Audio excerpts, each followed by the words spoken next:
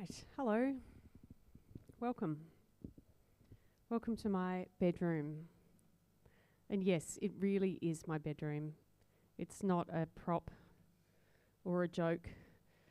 That's often the assumption when people see a bed here, but it is actually where I've been living. I'll tell you more about that in a minute. I'd just like to start by acknowledging and paying my deep respect to the traditional owners of the land, country that we're meeting on today, Lutruwita, Tasmania. I'd also like to thank Mona. I always make sure I don't forget to thank them. It really is a dream. I know this is called the Room of Dreams, but to have the opportunity to make art and create and exist and live here, the longer I spend here, the more I just feel completely overwhelmed by how good it is. It's the best. Anyway, to give you a little bit of context, I'm here on a 6-week residency and it's nearing its end. So today is the end of my 5th week here. So I've got 1 more week to go. And I'm basically here for 4 nights and 4 days of each week. The museum isn't open on Tuesdays, Wednesdays and Thursdays, so I get to go home at the end of Monday. I drive up the Bass Highway and head up to Launceston. That's where I live with my family. So, yeah, and then I turn around and come back of a Thursday in time to go to sleep. And I've been here for residencies before with the idea of turning up, making stuff in full view of the patrons, which is a thing, you know, being vulnerable and making things, experimenting and being, you know, crap at something in front of people. Normally when we perform, we make it in private, we practice it, we decide whether we're willing to share it, we get it to a point where we're happy, and then we present it on our own terms. That's normally how it works for performance, but this is different. We're making in front of people. Anyway, I've done that before, that's great. And I was booked to come back and do this 6-week period. And then a couple of months ago, I thought, you know what, I'd really like to combine my sleep in with this experience. And the reason for that is that I am a sleep talker,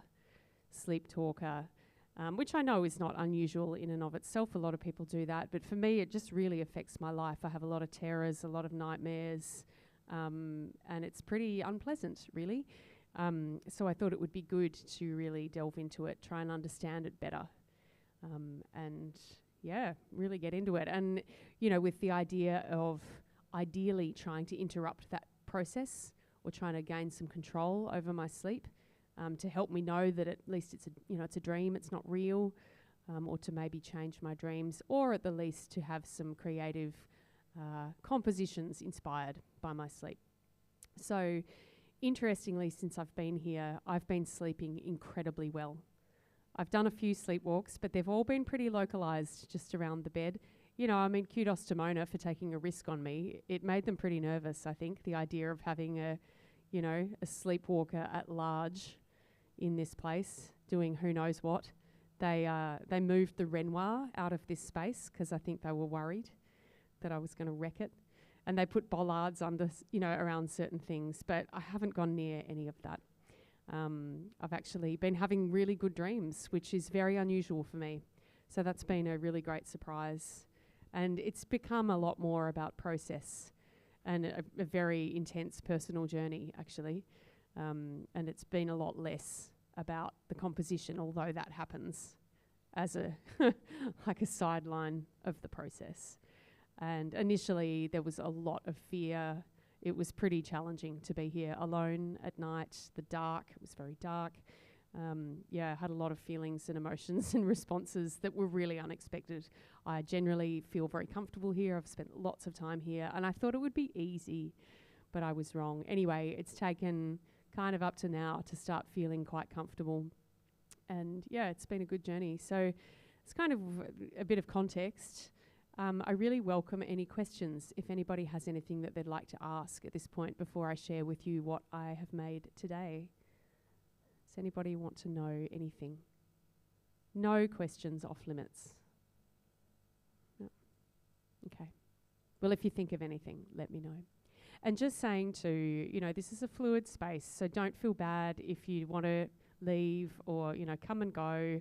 I know there's so much great stuff to see, and, you know, people have ferries to catch and things to do, so I won't be offended if you come and go. I also won't be offended if you fall asleep. That's fine. It's all good. All right, well, if nobody has any questions, I want to share with you a thing that I made today. I brought this other harp, the black harp, in at the start of last week, and only today have I finally plugged it in and touched it. So it's an electric harp. It's a carbon fibre electric harp. And I borrowed an effects pedal called a Space Echo from a friend of mine, and I've mucked around with the pedal a couple of times, but I decided to make a thing with it today, which I really enjoyed. So I'll play it for you now.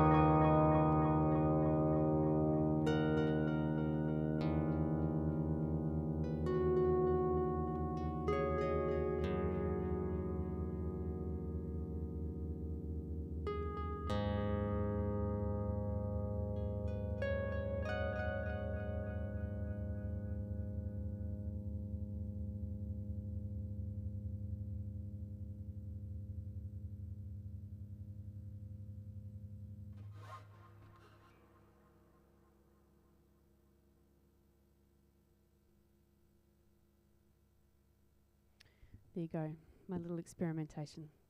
Oh, thanks. Thank you. Cheers. Thanks. A lot of what I do in here is just sort of these improvised moments, and yeah, it's sort of sometimes they have very indistinct start and finishes. All right. Thanks for being here. I really enjoy these concerts. At the end of the day, I spend really most of the day sort of mostly ignoring what happens out there. I've been hiding behind my hair a lot. It's useful. Just because when I'm looking and seeing that people are listening, there's this ingrained need or wish to want to connect, and to perform or to play, or for there to be like an exchange of some kind, because that's normally what I'm seeking when I play. That's usually what I'm looking for. And when I when I perform at an event or a function, which I do lots of in my other gigging life, that's the thing I crave. So yeah, it's been really interesting sort of fighting that impulse and trying to just forget that people are there, because I feel like I do my best creating if I can just sort of turn inward more. So yeah, it's been an interesting experiment for me. Is there anything anybody would like to talk about? Yes. Do I mainly stay in this room? Yeah, yep. Yep, pretty much.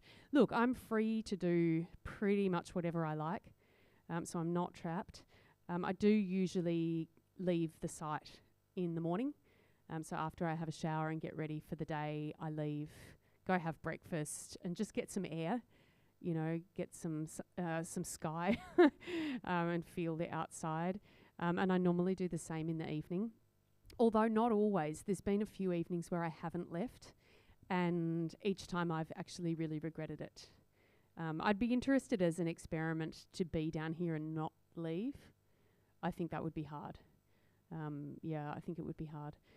Just in terms of, I suppose, not feeling the outside, but also there's something about the air in here, like it's just a little bit too hot for sleep anyway. And it's very, controlled humidity, temperature, and just not seeing the sun, being underground. Yeah, it does have a bit of an impact on me. And the days where I haven't left in the evening, I've woken up feeling very crabby. A bit of a headache and all that kind of thing.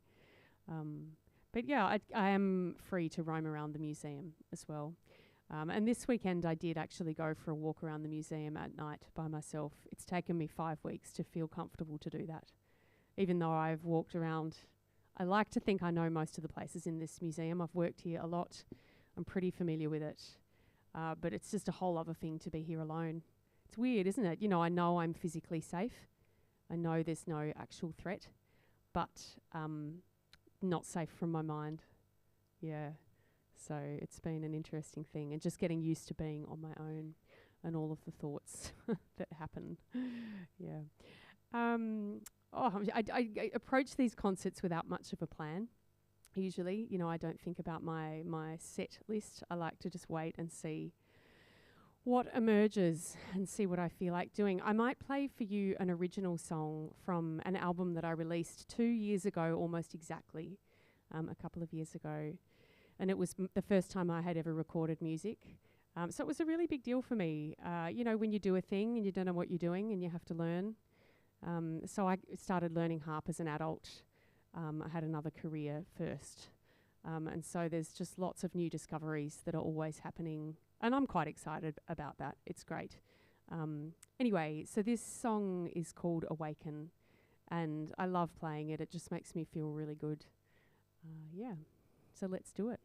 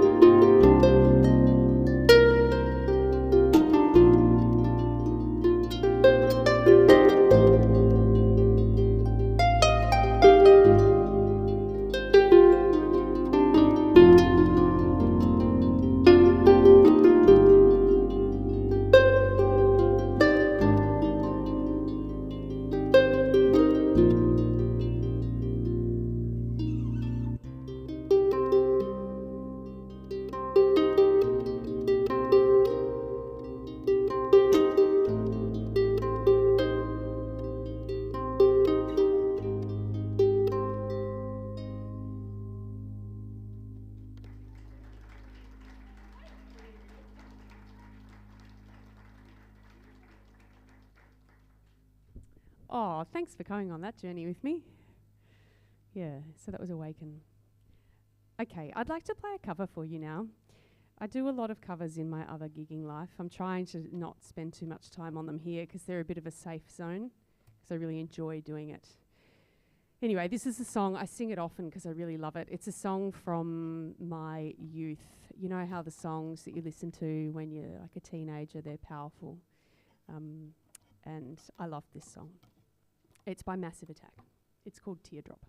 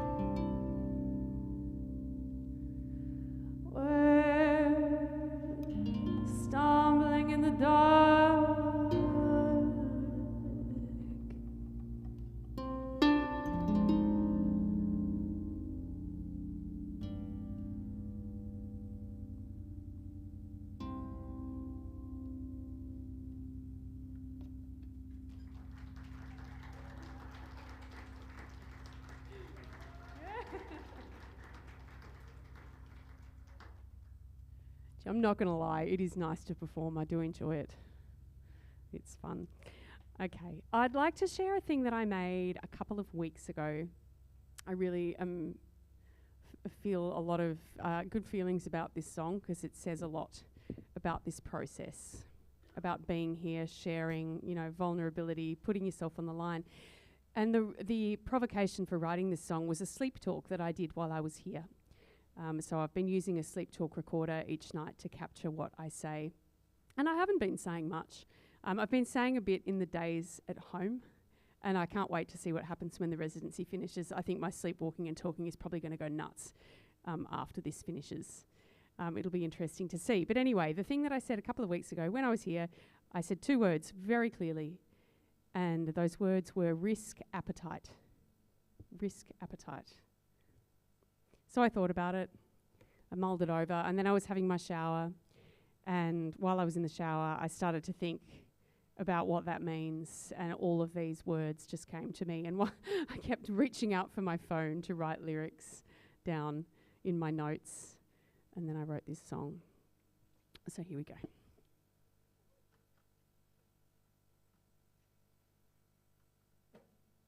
Just while I prepare the harp, I'm going to put a little bit of blue tack on the harp. It just changes the sound of the strings. If anyone has any questions or anything, now would be a good time to ask them while I prepare the harp. So, yes. Yes. Ah, okay. So the question for the live streamers is wondering about the words on my wall and how they've come to me. That's a really good question. So I had the idea at the beginning that I wanted to write on the wall, and my intention around that was to write up my dreams. But for a good week and a half at the beginning, I was in a kind of this state of terrified lockdown, barely able to contain a sense of panic that was just like rising in my throat. And also I couldn't remember any of my dreams. Couldn't remember them at all. But I was having a lot of feelings, so I decided to write them up instead. So yeah, it's really just what I'm feeling, what I'm thinking, because having all of the fear that I've had and the responses and all of the time alone, which I'm not used to, you know, I have kids, I have a family, I'm not alone very often, and just having that space and silence, I did an awful lot of thinking and made some pretty deep personal revelations. Yeah, it's been really intense actually, and so they're all the things that are up on the wall. So that's sort of 5 weeks worth of words. So it started out as a blank wall, and it's been so helpful for me. I've loved it actually, and I think it's going to be hardest for me at the end. I've got an impending sense of ending now because I've only got 1 more week here, and I don't want it to end, of course, but it must. But yeah, that wall means a lot to me, and it's going to be hard to let it go. But, you know, I was sort of thinking, what are they going to do with it? You know, I can't take it home with me. Are they just going to put it, you know, at the tip? That makes me feel sad. So I've decided, you know, I like to be in control of things like this. So I have asked if I can paint it all gold on the last day and just join all those words together and sort of release them on my own terms, which I think is going to happen, hopefully. So that will feel really good. I'll probably just stand there and cry and do it, and it'll be really good. Yeah. Yeah, it's hard to express, isn't it, when you go on like a personal journey that's really profound. It can sort of seem trivial from the outside, but it's pretty intense being in it, for sure. Does that answer the question? Yeah, thanks for asking that. Yeah. Yes, please. Oh, that's a good question. Is there a correlation between a good dream and a good day, and a bad dream and a bad day? For me, usually, yes, definitely. If I have a bad dream, you know, they're so bad when they happen. They're really bad. And I get a lot of confusion about what's actually happened in my real life and what's a dream. When I wake up from these dreams, it takes me a long time to get out of them. It's like a hyper reality, and yeah, it affects me. So yeah, I often feel just very, you know, the emotions, you know, stay with me for a while. So yeah, for sure. And then a good dream makes me feel good. I very rarely have good dreams. And I would define a good dream as being, you know, not just one where it's benign and it's crazy and chaotic and nonsense. A good dream's got to be where the feelings are really tangible. You know, because in a bad, horrific dream, the feelings are so strong. The emotions are so strong. And it's funny, I did a thing where I set my alarm and woke up and did a concert to no one, to a dark room at 3 a.m. one morning a few weeks ago. And the reason I did that was I wanted to say all of my dreams out loud. And it was actually really empty. You know, I said the words and they just seemed like nothing, because you can't convey the depth of the feeling that you have. You know, I don't know, I'm sure some of you would have had that, you know, deep sense of foreboding, danger, threat. or whatever. And, I sort of was speaking the scene of the dream out loud, and I thought, oh, well, this just doesn't cut it at all. The feelings are so extreme. But then, while I've been here, I've had some amazing dreams that have had really good feelings. So yes, I definitely have a better day after a good dream. But also I've been working hard on adjusting my outlook and my perception and attitude towards the bad dreams as well. Because, I think the more I fear them, the more they happen. Does that make sense? Yeah, thanks for that question. Yeah. All right, let's delve into a bit of risk appetite. Thanks for being here with me. This is a nice group. Thanks. I appreciate you all.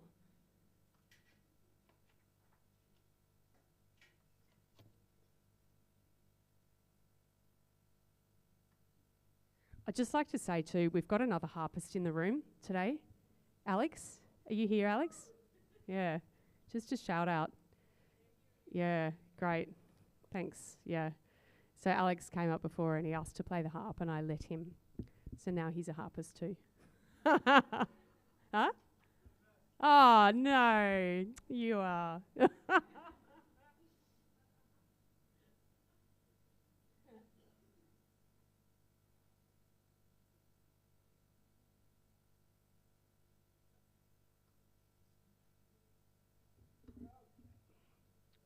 Here we go.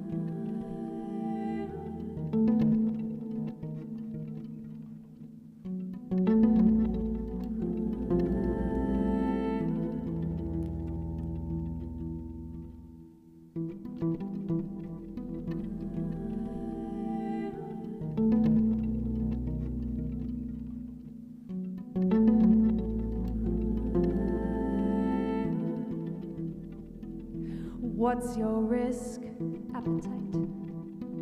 Are you gonna let them see you fight? Let them see you're not alright? What's your risk appetite?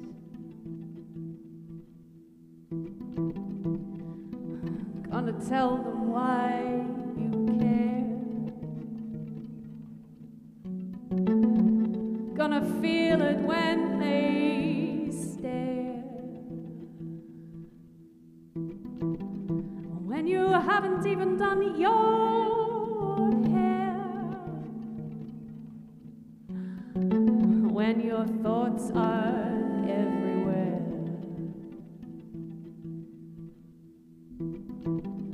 Let them see when you're afraid. Let them hear mistakes you make. When your confidence has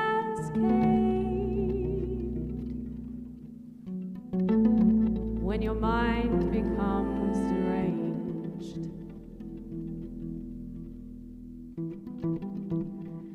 Gonna let yourself be real. Tell them how you really feel. Probably gonna take a fall.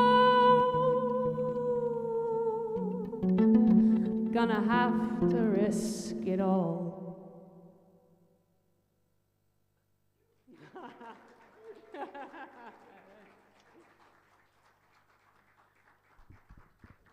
Thank you. So that was Risk Appetite, inspired by my sleep talk, where I said risk appetite. Okay. I need to keep an eye on the time. I'm not always good at time management. Oh yeah, it's probably just about time to wind up. I'd like to just play one more cover for you, and I learnt this yesterday. It's a song by Radiohead. I'm a huge Radiohead fan, and I know they've been done and done and done, but there's a reason. It's because they're amazing, and I like them. Again, a song from my younger life, and I really enjoyed playing it. So I'm going to share it with you. And then I can highly recommend it. 4 o'clock, if you're still here, there's a really great, amazing thing happening up in the Nolan Gallery. Danny Healy is in residence as of this weekend, and I can't remember how long he's here for, but it's a number of months. But he's creating incredible jazz compositions, and he'll be performing with his group, his ensemble, at 4. So yeah, if you're still here for that, it's really quite amazing. Can definitely recommend that. And thank you for being with me today. If you want to have a chat afterwards, very keen and happy for that.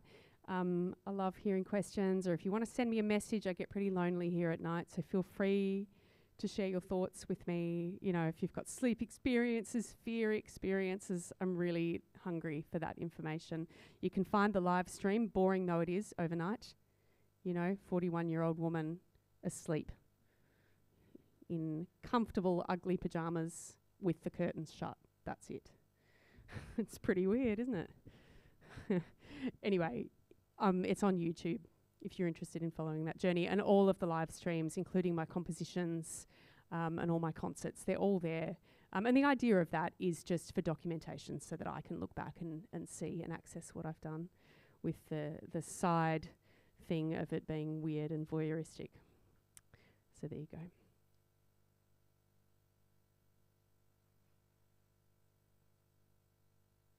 Okay, this song is called Fade Out.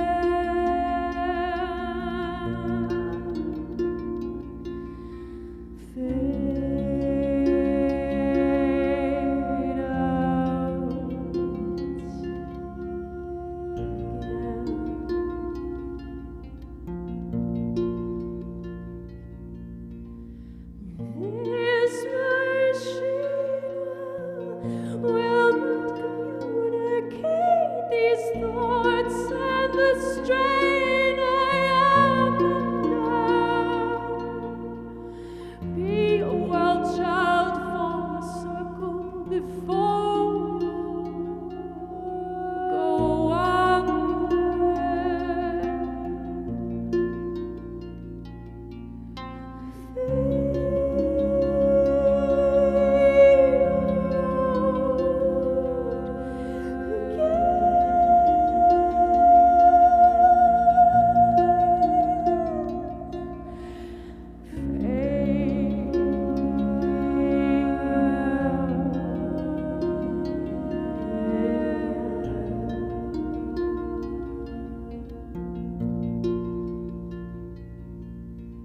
fade out. Cracked eggs dead, scream as they fight for life. I can feel death, can see your speedy eyes. All these things into position, all these things will one day swallow.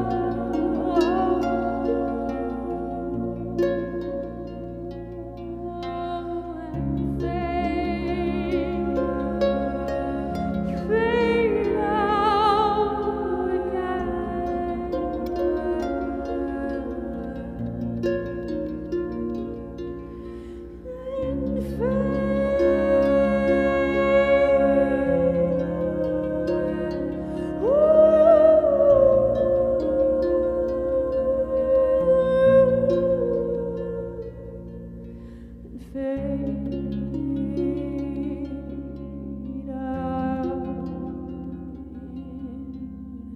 again.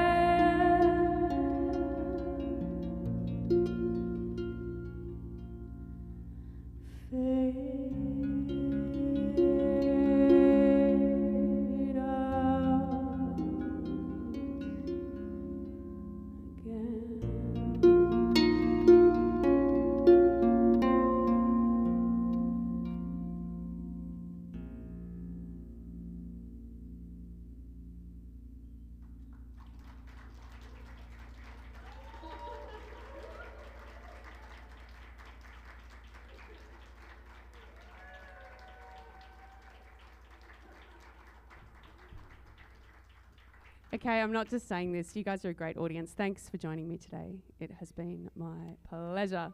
Thanks, guys. Hey, Alex, I see you. It's so nice to have you here. Thanks for coming to visit. Mwah! Yeah, if anyone wants to talk to me, please do feel free to.